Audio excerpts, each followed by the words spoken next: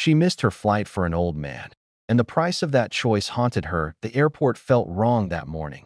Not loud, restless, like the building itself was holding its breath.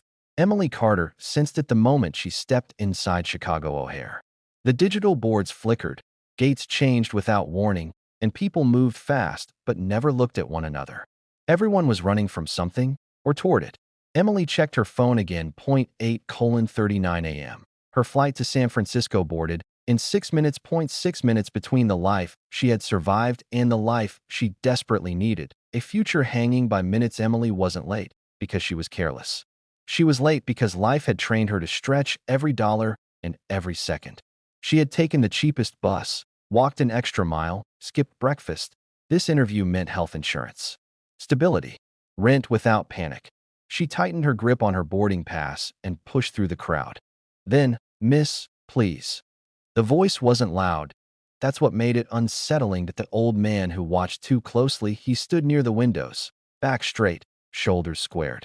An old man? Yes, but not a helpless one. His gray coat was neat. Too neat. His suitcase rested upright, not collapsed like someone who had dropped it. Yet papers lay scattered at his feet. Emily slowed. Her instincts screamed, "Don't stop," but she did. "I think someone took my wallet," he said calmly. Too calmly. "I can't board my flight." Emily knelt to help, her eyes scanning the documents, medical records, prescriptions, family photos. Then she noticed the dates. Old. Years old. She looked up.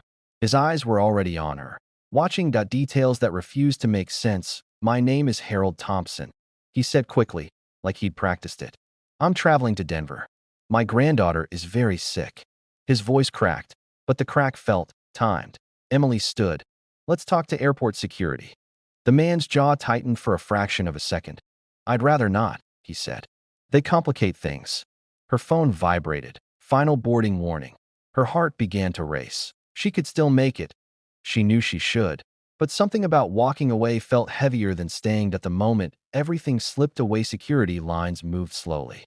Painfully slowly. The old man spoke while they waited, not about his granddaughter, but about Emily. "You live alone," he said softly. "You're used to responsibility." Emily stiffened. "How do you? You carry yourself that way." Then another question. "No one will notice if you don't make that flight, will they?" Emily looked toward the gate just as the screen changed. Flight 417. Closed. Her stomach dropped. She had chosen. And now there was no going back to the silence after loss. They sat near a quiet corner of the terminal. Emily felt hollow. The old man watched her carefully. Not with guilt, not with gratitude, but with interest. His hands no longer shook. His shoes were polished leather. Expensive. When he thought she wasn't looking, his posture straightened. "You didn't have to do this," he said. Emily forced a smile. "Someone had to."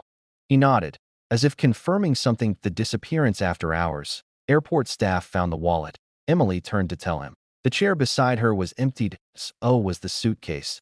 No goodbye. No explanation. Only a strange stillness. Her phone buzzed. Unknown number. Kindness always costs something.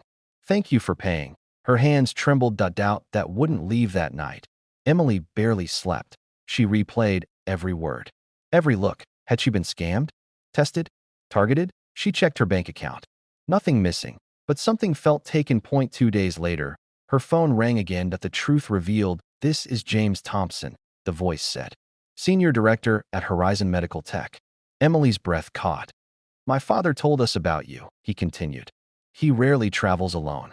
When he does, it's for one reason: to evaluate character." Emily's pulse thundered. He wanted to see who would sacrifice when no one was watching. A pause. "You did." The final confirmation. On her first day at work, Emily walked into the executive conference room, and there he was, Harold Thompson, standing tall. Shaking hands. No worn coat, just sharp eyes and a knowing smile. He met her gaze and gave a single nod. Emily understood then. The most frightening tests in life don't come with warnings. They come disguised as inconvenience. In a world that rewards speed and selfishness, integrity is tested in moments that feel unsafe, unfair, and irreversible.